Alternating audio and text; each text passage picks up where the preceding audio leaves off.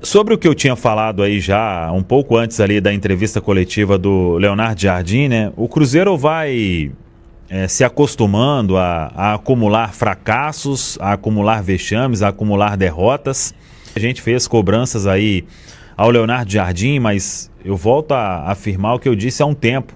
Na pirâmide aí de mudanças, o Leonardo Jardim tem que ser o último, porque senão vai para mais um técnico e os problemas vão continuar. O Cruzeiro já saiu de Seabra, já foi para Diniz, já foi um pouco com o Wesley e agora com o Jardim, e continua a mesma história depois do jogo do Mushuc Runa que eu falei, andando em círculo. Deu uma respirada ali contra São Paulo e Bahia, mas já são 2 derrotas seguidas de novo.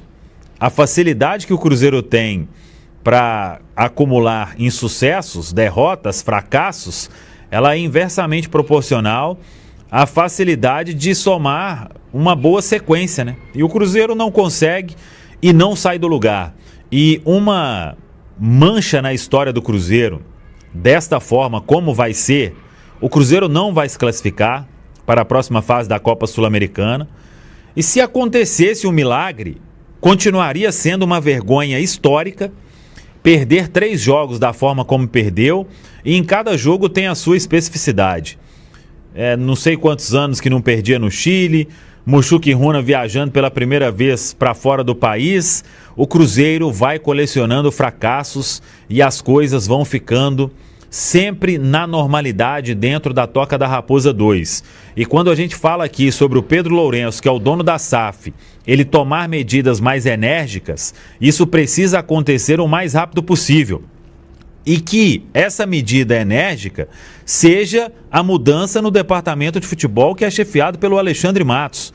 O Alexandre Matos teve, até agora, uma torneira aberta para montar o time, e o resultado que a gente viu até agora disso é somente o aumento nos gastos. O aumento no gasto do departamento de futebol, o aumento no gasto da folha salarial, e a gente vê na prática a vergonha aumentando também. Então, se tem uma pessoa no departamento de futebol que precisa ser cobrada, e se o Pedro Lourenço entender que é para mudar, essa pessoa é o Alexandre Matos, que é quem tem carta branca para fazer todos esses processos no departamento de futebol do Cruzeiro. E isso o Pedro precisa fazer o mais rápido possível.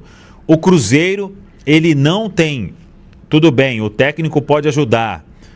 Os jogadores têm que ter uma outra parcela de culpa gigante, porque tem tudo do melhor e a entrega é de nível de Cruzeiro 2020 e 2021. Essa turma está passando vergonha atrás de vergonha e nada acontece. O Cássio, um goleiro que tem uma história no Corinthians, vem para cá e é falha atrás de falha. O Dudu, que a gente aqui achou uma boa, né? Que teve bons lampejos aí. Ele vai para uma entrevista falar que não entendeu por que saiu do time. Isso aí não é postura de jogador que está pensando no bem maior, que é o bem da instituição, que é o bem coletivo. O Cruzeiro está vivendo desses momentos, né? Cada um pensando em você e ninguém pensando no Cruzeiro. A instituição vai colecionar mais um fracasso. É vexame internacional, o maior da história centenária do Cruzeiro. Se isso não significar uma mudança profunda, o que vai significar? O Cruzeiro não pode passar o que ele vem passando. O Cruzeiro precisa de uma resposta mais do que urgente. A sequência de resultados do Cruzeiro, ela é absurda, na forma negativa.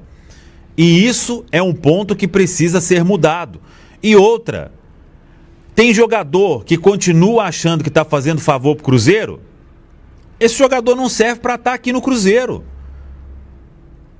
As pessoas precisam entender que a instituição é maior do que tudo. Porque senão a gente vai continuar sem sair do lugar. O Cruzeiro não consegue sair do lugar. E o problema é muito maior do que o que escala o Leonardo Jardim. O problema, ele vai aumentando a cada vexame que chega. Pedro Lourenço, eu falei lá diante do Mushuc Runa. Acorde enquanto é tempo, hein?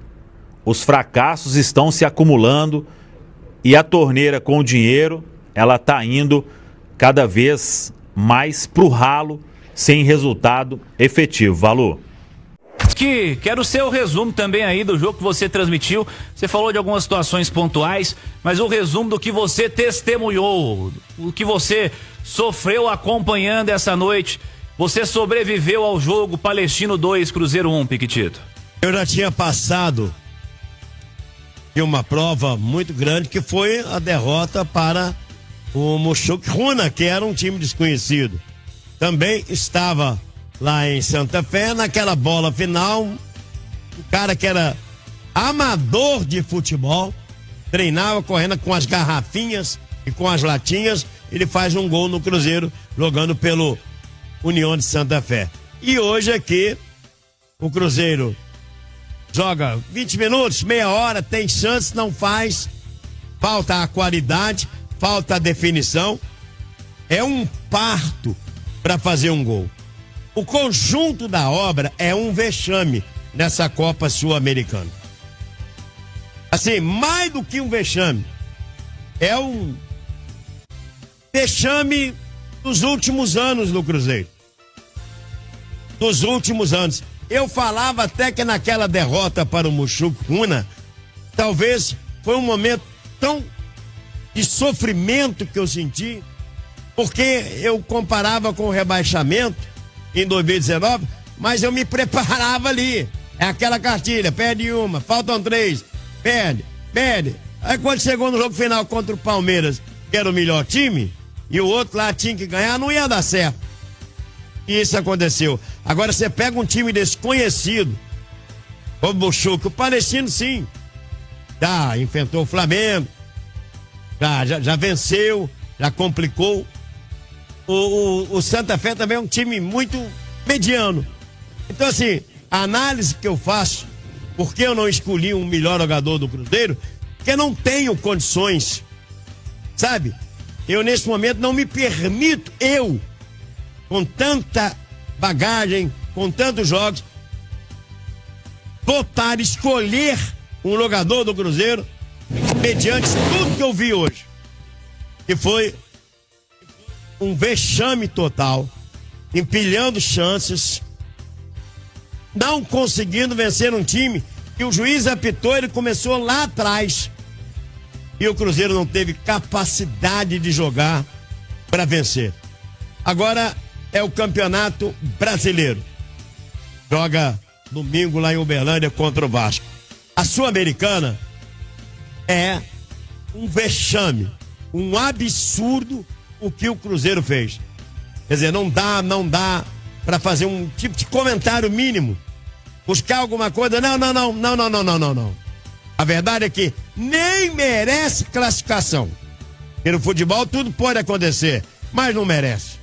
Não merece. Não fez por onde está entre os primeiros. É inadmissível jogar 3 partidas na Sul-Americana, fazer 2 gols apenas e não ganhar uma partida. É um vexame. É o que resume para mim tudo o que o Cruzeiro apresentou. Olha aqui, num estádio que não tinha ninguém. Talvez o que? 700 torcedores? 1000 torcedores? E ainda tivemos aqui 20, 40 torcedores do Cruzeiro que são apaixonados para tentar empurrar esse time. O Cruzeiro vai para jogar, mas não joga. Tenta jogar, mas não joga. É muito difícil o que vem pela frente. Tem que esperar a janela do meio do ano. E até lá, e o Brasileiro? E vem Copa do Brasil, hein? Quinta-feira, da semana que vem, tem o Vila. O Vila Nova de Goiânia, que é o campeão estadual, ele é melhor que o Mochuque Runa, ele é melhor que o Santa Fé e é também bem melhor que o Palestino. Será que vai ter vexame também na Copa do Brasil? Um beijo no coração de você, cruzeirense, você torcedor, você torcedora. E que Deus nos ajude. O que você viu da escalação surpreendente ali com o Murilo, com o Rodriguinho ou não para você? Às vezes não te surpreendeu. E como é que o time se postou em campo? CJ, então, acho que hoje é o dia da gente separar caixinhas de novo. Boa, gostei disso, viu? Todas as vezes a gente pode fazer isso agora. É verdade, acho lúcido. É porque assim, eu discordo em alguns pontos do Cabido com relação ao jogo de ontem. Acho que não só não foi dos piores jogos da Sul-Americana, como foi dos melhores jogos do Cruzeiro na temporada. O que não quer dizer muita coisa, porque a temporada do Cruzeiro ela é ridícula até aqui. A gente tem o jogo do Bahia, que foi uma grande exceção. Mas se a gente tirar o jogo contra o Bahia, o desempenho do Cruzeiro ontem foi um dos melhores do Cruzeiro no ano. Era um jogo que o Cruzeiro deveria ter vencido com naturalidade pelo que foi o jogo, pela forma como o jogo ocorreu. O Cruzeiro tomou 2 gols absolutamente fortuitos, né? Gol no chute de fora da área que desviou, que se não tivesse o desvio, muito provavelmente o Cássio defenderia sem nenhum problema. E um gol de cabeça num cruzamento rasteiro, um negócio de maluco. Então, assim, tirando essas duas chances, esses 2 gols do Palestino, o Palestino teve mais uma chance no segundo tempo, uma bola de dentro da área que passou muito perto do gol do Cássio logo no início do segundo tempo. E só, o Palestino não ameaçou o Cruzeiro. Teve ali na reta final do jogo, quando o Cruzeiro se abriu para tentar empatar o jogo, que o Palestino teve alguns contra-ataques que com um pouquinho mais de capricho poderia ter feito gol também. Mas a rigor o Cruzeiro controlou a partida do início ao fim, foi superior ao adversário e criou chances, né? Principalmente no primeiro tempo, quando o jogo ainda estava 0-0. O segundo tempo do Cruzeiro foi bem pior do que o primeiro. Mas, em geral, o Cruzeiro dominou o jogo, controlou o adversário durante todo o jogo. Então, assim, acho que o problema ontem não foi a atuação. Se o Cruzeiro tivesse uma campanha normal na Sul-Americana, não estou dizendo nem uma campanha boa, tá? Se o Cruzeiro tivesse vencido o Muxuque Runa em casa e empatado com o Santa Fé, por exemplo, tivesse 4 pontos na Sul-Americana, o jogo de ontem não causaria tanto estardalhaço. Porque aí a gente vai para outra caixinha. A gente precisa olhar para essa campanha do Cruzeiro na Sul-Americana e se assustar. Essa campanha do Cruzeiro ela é assustadora. O Cruzeiro ter 0 pontos em 3 rodadas nesse grupo da Sul-Americana é um negócio que não dá para conceber, não dá para aceitar, não dá para naturalizar e achar normal. Aconteça o que acontecer, seja qual tipo de análise a gente for fazer, a gente precisa entender que é uma vergonha. O Cruzeiro ser eliminado da Sul-Americana na primeira fase é uma vergonha, pelo investimento que o clube tem, pela diferença que ele tem em relação aos outros adversários. Então, assim, pra mim são coisas que precisam ser colocadas separadamente. Acho que o Cruzeiro teve algumas coisas muito boas ontem, alguns jogadores que foram muito bem. Pra mim o Gabigol ontem fez a melhor partida dele com a camisa do Cruzeiro. Participativo, conseguindo inclusive ajudar sem a bola mais do que o normal. Colocou o Lautaro Dias 2 vezes na cara do gol. Se o Lautaro Dias tivesse feito os 2 gols, a gente estaria falando hoje aqui de uma ótima atuação do Gabigol. Então, assim, acho que a gente teve coisas boas ontem dentro do jogo. Acho que o Murilo fez uma boa estreia como profissional, deixou ali uma boa impressão. Acho que vai precisar melhorar principalmente parte física, né? Tem muita dificuldade nos duelos físicos o Murilo ainda. Não, tanto que ele sentiu no fim do jogo, né, fisicamente. Pois e assim, quando eu falo de parte física é de ganhar duelo mesmo, de corpo mesmo. Aí é uma questão biológica mesmo, de dificuldade para sustentar esses duelos mais físicos do jogo. Mas acho que fez uma boa estreia. Acho que o Jonathan fez um bom jogo, o Jonathan Jesus. Falou do Rodriguinho? O Rodriguinho fez um bom jogo, participativo também, tentando. Então, assim, acho que no geral, no cômputo geral, não foi uma noite trágica para o Cruzeiro. A tragédia é o resultado e a soma de tudo que está acontecendo na Sul-Americana. E alguns jogadores que foram muito abaixo, né? O Dudu, que a gente falou aqui muitas vezes que deveria ter mais minutos, que poderia ser titular, deixou uma péssima impressão quando teve a chance. O Lautaro Dias foi um negócio inacreditável, uma partida muito ruim, não só pelos gols perdidos, mas pela quantidade de erros dentro do jogo. E o Cássio, que aí eu acho que é um capítulo à parte que a gente precisa debater mais a fundo. O quê? O quê? O Cássio precisa deixar de ser titular do Cruzeiro. Sério? Já na lata, assim, não, obrigado, te segura ali? Não pela falha do gol de ontem, mas pelo todo, assim. Acho que não há nada que justifique a presença do Cássio como titular. Tem um superchat aqui do Cássio. Mas aí é o Otávio, né? Não o Léo Aragão. Pra mim seria o Otávio, dar uma sequência pro Otávio. E assim, CJ, se o Cássio tá falhando tanto, vamos dar oportunidade para outro falhar.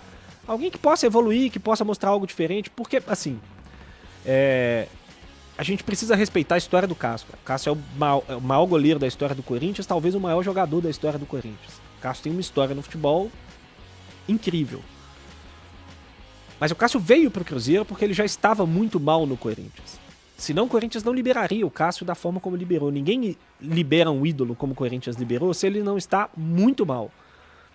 E o Cássio teve ali altos e baixos no Cruzeiro, mas não deu sinais de uma forte recuperação. De, vai voltar a ser o Cássio, vai voltar a ser um grande goleiro. Nenhum sinal. Hoje a gente olha pro gol do Cruzeiro e a impressão que dá é que qualquer bola que for lá, ela pode se tornar gol. Não se espera nada de diferente do Cássio, não há a menor confiança de que ele vá ser. Então assim, o Otávio, por exemplo, é um goleiro muito jovem, que pode entrar e ir muito mal, 1, 2 jogos, mas é um goleiro que pode jogar bem um jogo, ganhar confiança e aí crescer. Ele tem uma curva evolutiva hoje, que ela é muito maior do que a do Cássio. Eu não espero que o Cássio vá voltar a ser um dos melhores goleiros do Brasil, sinceramente.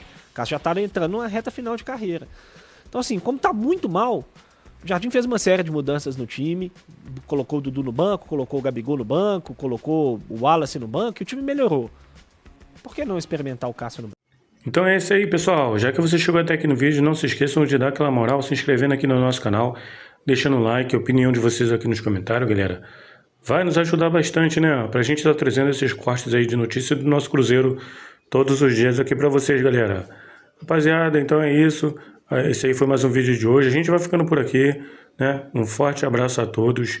Fiquem todos com Deus. E até o próximo vídeo, galera. Fui!